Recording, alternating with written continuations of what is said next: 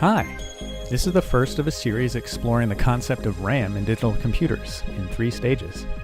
We start here because the decoder is the simplest of those stages, and it's also the beginning of the RAM module. These 3 selector inputs at the bottom here give us 8 memory addresses in which to store 1 bit of data. In my SR latch and flip-flop videos, we could also store 1 bit. The big deal here is that with RAM we can pick where it's stored. 8 memory addresses isn't much, but it's already a challenge on breadboard. If I had 16 selector inputs, I'd have over 65,000 addresses at my disposal. But before we look at my build, here's what you get from a specialized decoder IC. It's already a fair amount of breadboard real estate, and the IC features 3 additional inputs for the enable function. For that, I just followed the diagram on the spec sheet. Just your bread and butter TTL logic. So when I had mentioned challenges, I clearly wasn't referring to this module. It's just a point of reference. And unlike my more scratch-made interpretation, in this module you're actually picking the low output for the LEDs.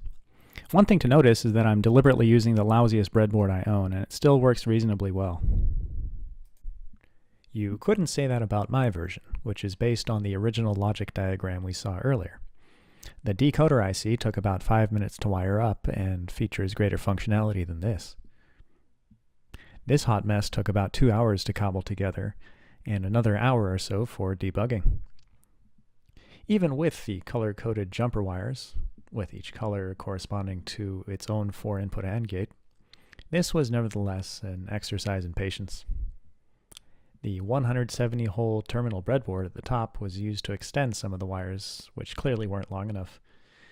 The wire headers were so dense that I wasn't actually able to optimize the connections, or fix them. So the diodes down there are flickering like candles, even though it's the same hardware on the same breadboard as before.